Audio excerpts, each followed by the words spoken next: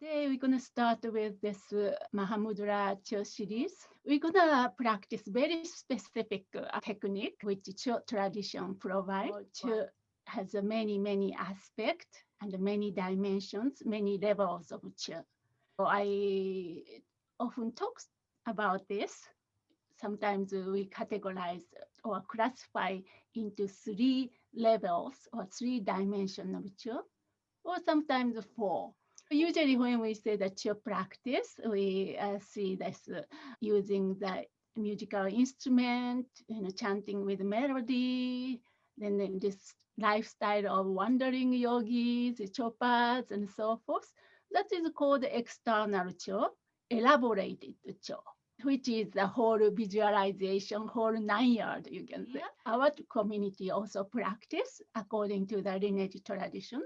Then the second level is I call the inner Cho or simple Cho. We don't need to use all the Cho instrument, but based on the Cho principle tradition which Machi Lapdon teaches, we practice. That is I call fierce Tonren. Basically, it's Tonren practice. We practice for the paradigm shift. And this is one version of Cho I consider. For example, Machik's 5 slogans belong to these levels of Cho practice. This is very powerful. It's very powerful on the cushion and off the cushions. The more practice on the cushion, then off the cushion, it's automatically you can practice. Then the third one is unelaborated, not so complicated, unelaborated Cho, still Cho. That is this one, which I'm gonna share today. It is called using pe, very powerful syllable, which Machi Lapdon talks about. Using pe, then we're gonna cut through. What we're gonna cut through? We have to know, for example, cut through or relax. We have to know where to relax into, where we need to cut through to, those things. That's so important. We're gonna talk about that today. Then the fourth one is the simplest one. You can say this is the secret Cho.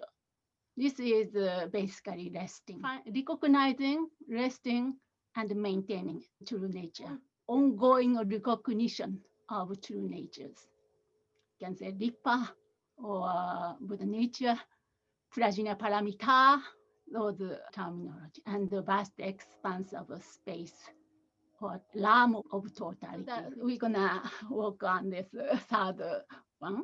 In other words, there are so many doorways to get to the same thing. Uncovering of who and what we are. Simple way to put things. We can use whole things tool as well. So we want to have something in our toolbox, so to speak. So this is the one thing, cutting through with pe, or in other words, cutting demons to the realm of totality. Demons, of course, those of you who practice Cho, and demon is not something like yesterday was Halloween, like things there and out there and get you. Of course, that's part of it. But as Machik said, real demon is your own mind. This is called cutting through the demonic obsession, 4 demonic obsessions to the realm of totality, this Dharma Dhatu. Idea is to recognize and rest ongoing recognition of this true nature, which I was talking about. Then something comes up, like a blue sky, for example, but then something happening. The activities or some kind of formation happening. So that's impede or distract you from staying in this state, ongoing manner. So then we need to cut through that. Machi Lapdon and Cho tradition teaches that. The first we need to know what that the state is. Pointing out the meaning of the mother, we need to rest in the realm of totality, awaken awareness. So that's the first stage. It comes in 3 stages. First one is that one, recognizing. and resting. Of course, to the best of your ability at this point, maybe just shamatha, and then maybe just a little bit of fragrance of what Dharma Dhatu feel like, smell like. Then next one, something we call demons or demonic obsession. Magic talks about the 4 kinds of demonic obsessions. This technique is we intensify it. For example, first one, smell, all these things come like external, so-called external appearances. Then you react. So some kind of your reactivity or response. If favorable, then aversion. If it's very attractive, then desire or attractions, strong kind of clinging appear. Those are called demons. This is the first level of the demons, demonic obsession of solidity or materiality. Anything that consistently undermines attention and or triggers the operation of habitual patterns. That is called demons, demonic obsessions. Second level is intensify it. Then we say pe. Then we back to this the realm of totality. We rest, and we're gonna keep doing that. So that's one technique. Yeah. So that is the first one, first demons, realm of totality. Then some forms, actual things. It's a form or sound. I hear from neighbors' car kind of start moving in the middle of silent meditation. Then something trigger in me, right? That's the one we are talking about. It's not about the sound or form. It's about you. Then intensified. If that is kind of aggression or kind of hate, aversion, then we need to intensify it. Then pe, say pe. Then cut through and back to that. It's kind of mind gets blank, non-conceptuality, and put you right back into this meaning of prajna paramita, meaning of perfection of wisdom, and then rest directly in open space. That's the first demonic obsessions of solidity. Then second demonic obsession is the obsession of non-materiality. It's not the material, not anything to do with having sensory impressions. It's more inside, internal things like emotion, thought. It's not coming from outside stimulus, fear or whatever might be.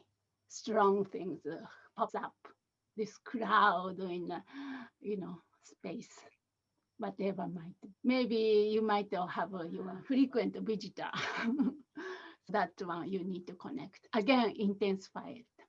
These patterns, and or projection, intensify it, then pay, then remain in that pure awareness. Then the third one is the demonic obsession of us. Sometimes translate excitation or arrogance and God's child. That's Buddha's malas, God's child. Kind of a good feeling, feeling excited or pride, feel greed, joyful, happy feeling, especially in the context of practice. Our practice is progressing, feels like, yay, I'm getting somewhere, that kind of pride. Those things we need to cut through because it inhibits our spiritual progress, right? Demon defined by anything which blocks us from awakening, right? Inhibit our spiritual progress. The fourth one is, as you know, the final, most stubborn one, the core of all the demons. That's sometimes called ego clinging or ego grasping or a sense of self. In general, we have this strong sense of self. Here, this is the exercise. We intensify, we identify the gakcha. In Gelu tradition, really important to identify what's need to be cut through. This is object of negation, gakcha. Sometimes we use this thing, imagining somebody accusing you falsely, or you did it. You made a mistake. You did. This is your fault. Then you said, not me. I didn't do that. So that's the I. So we need to identify that one. Then intensify it, and then say pay. Then release it. Letting go and release it, and then rest. So we need to mix with that state, totality, emptiness, totality of being, totality of experiencing. So this is the way to come to know the emptiness, come to deep understanding of emptiness, empty nature of experience. Then this exercise or these tools can apply to anything, not only for demons, for example, for immeasurable, love, compassion, joy, and equanimity, all these things we can practice with this pen. Then immerse yourself in that. For example, equanimity mixed with nature of empty nature of reality, that experience. So we can let go of solidification of whatever feeling or whatever experience you have. Okay. I just want to mention one thing, one teaching from Magic. Magic to great explanation. She talks about the importance of the syllable. She talks about the 3 syllables. Ha, H-A, ha. And whom, H-U-N-G, and pe. One student asked her question about these 3 syllables. Then she answered, these 3 syllables that clarify the visualization hold the life essence of the sacred Dharma Chu. She is saying these 3 syllables summarize, so it affects all the even sentient beings. This is her word, a strong pair. Now she's talking, explaining about the pair. Strong pair is a very special syllable. It is a syllable that has the ability to pacify and overcome the force of the hostile mind of hostile non-human beings, just by them hearing the sound pair. This pair, Sanskrit word, P-H-A-T, and backward T, and that underneath. That was used to dispel or pacify, overcome the negative force of the hostile mind, hostile being. These are very powerful mantras. So she warned, don't use too much. Be careful when you use. She said, my tradition. Pa is the meaning of the perfection of wisdom. So this is the sutra teaching. And the T, in the backward, T, is the meaning of the supreme inner secret mantra. Combining these two, the sutra and the tantra, combining these 2 strong letters, pa and t, we said pe, uttering it with boundless qualities. This Dharma system of mind is called Mahamudra Chu. Combine the meaning of the Sutra of Perfection Wisdom and the Tantra of Sublime Inner Secret Mantra into a single arena. So Pe itself condensed those 2 Sutra and Tantra traditions. Then she is saying, this is my tradition called Mahamudra Chu. So then she said, if you practice these 2, it is called Mahamudra Chu. It equals the syllable pair. So pair also have lots of functions, clarifying a visualization, so elaborated visualization, Chu practice we do, right? Then pair, then the rest in that. So gentle pair is for pair, giving and offering, or a long pair, drawing in and sending off. Then abrupt, strong pair, create the boundaries,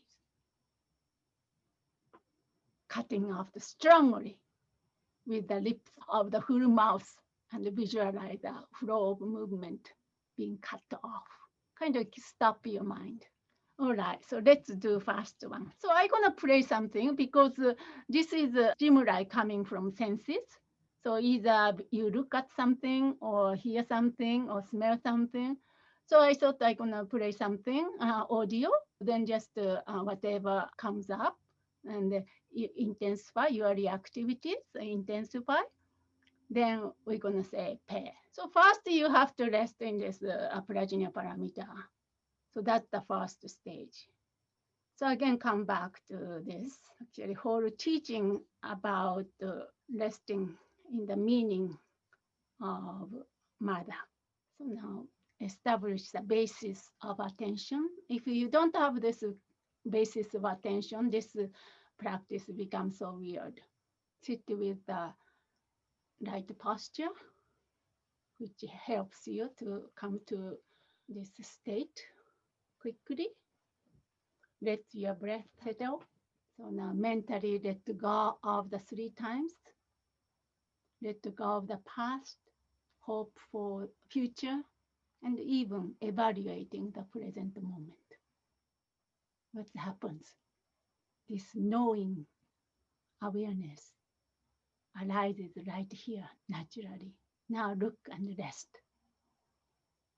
Rest right on the freshness and the immediacy of each moment. Resting open awareness. Right there, no reference point. This clear emptiness is free from anything, any kind of thinking, as empty as dimensionless sky, but not simply empty. This has vividness, freshness, knowing quality, luminous, awakened qualities in it. And this clear, empty experience that arises immediately is inexpressible, undescribable, beyond any elaboration, like sky itself. This is the perfection of wisdom, Prajna Paramita. This is the intention or mind of Buddha of 3 times, the meaning of perfection of wisdom. There is no other Buddha than that. You don't need to look for anywhere. It doesn't go anywhere, or it doesn't come from anywhere. Nothing, even to point to say, it is that. It is no thing itself, but the basis. Then forcefully say, pay at your own pace. Then rest back to, put you right back into this Prajna Paramita, or Ram, or totality, resting open space. I want you to do 1 or 2 times at least. Intensify it, that aversion or your attachment or whatever might be. Okay, shall we try the second one? This is a feeling based on your projection or habitual patterns. Remain it, that pure awareness as long as possible. But then again, when you distracted or something came up, again, repeat. Okay, now third one is the so-called demonic obsession of excitement or this puffed up feeling, pride. So again, first rest in the realm of totality, then bring up something, this joyful feeling, perhaps. Then intensify it. Then say, pet, blast it out into space, vast expanse of space. Just rest without a reference point. No fabrication, no stories attached to. Okay, do it again.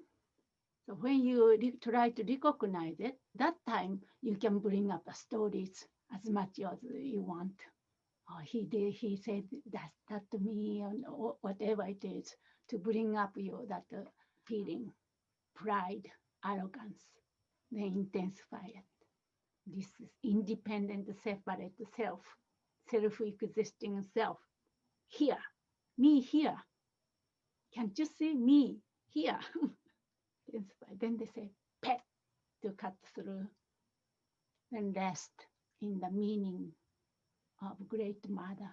Perhaps lap of Great Mother. Go back to home. A home where you never left. How was the practice for you? It was really interesting. When we have thin walls where I live, and my parents are here. So when I did it really softly, it didn't affect me as much as the last one that I just went for it. And it was a complete difference throughout my entire subtle body and my mind. So this syllable is not a random syllable. That's why I was explaining about what Machik said. And Pe contains the entire Machik's teaching, Sutra, Tantra teaching, condensation of it. So it's very powerful syllable. Mm-hmm. So that means it affects the subtle body and the deepest levels.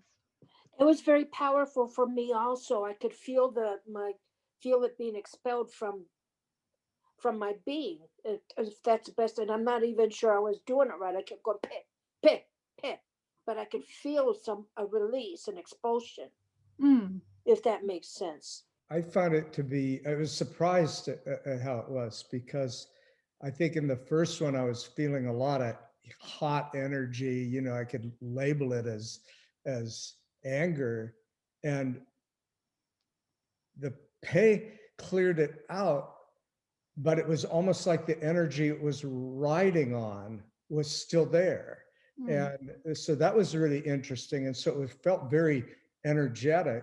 And the second one, I actually have become very, very sad and about something, a different energy that intensified. And when that cleared out, there was like this sense of spaciousness. It was different. And then the third one, the self-concern thing, I actually got this really bitter taste in my mouth. And so that, when it cleared out, and it did clear out mentally, but that taste kind of lingered for a while. Actually, it didn't go away right away, even though I don't feel that I was still in the same place. But so anyway, it was a really different, broader experience than what I expected. Yeah, it's all about the direct experience, no? This kind of practice without expectation, doing, because that's who you are already. Who you are is the place where you are rested. Great Mother. So yeah, unveiling, basically. It was quite powerful for me. But it also reminded me of Poa a little bit. Yeah. Is there a similarity? Yes. Okay. Yes. Okay. Yeah, I didn't explain about the subtle body system in this one, not to make things complicated, but this is a part of your practice and a part of our practice as well.